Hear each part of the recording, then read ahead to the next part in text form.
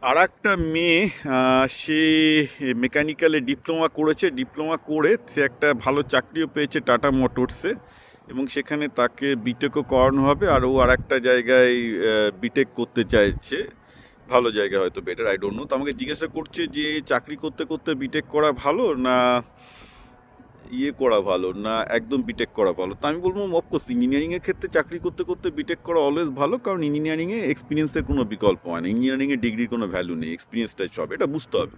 যেহেতু বাবা মা লিখেছে, মেয়েটা হয়তো বোঝে ঠিকই, তো বাবা মা বলছে না না আমরা মেয়েকে দূরে পাঠাতে চাই না, আমি চাই যে মেয়ে কলকাতাতেই একটা কিছু মেকানিক্যালে বিটেক এমটেক পিএইচডি করে একটা চাকরি করুক, ইন্ডাস্ট্রিতে মেয়েকে ছাড়তে চায় না। তাছাড়া এখানে জিনিসটাও কাজ, কারণ তাতে মেয়েকে 8টা থেকে 3টে পর্যন্ত কাজ করতে হবে, আবার 3টে থেকে রাত্রি 8টা পর্যন্ত করতে হবে, মেয়ের পক্ষে বড্ড খাটনি হয়ে যাবে। আমরা চাই যে মেয়ে অত খাটুক না খাটুক। আমি বলছি সেই জন্য যে যদি মেকানিক্যালে বিটেক করে এই করে কী হয়, হ্যাঁ তাহলে আপনার মেয়ে বেকার হবে।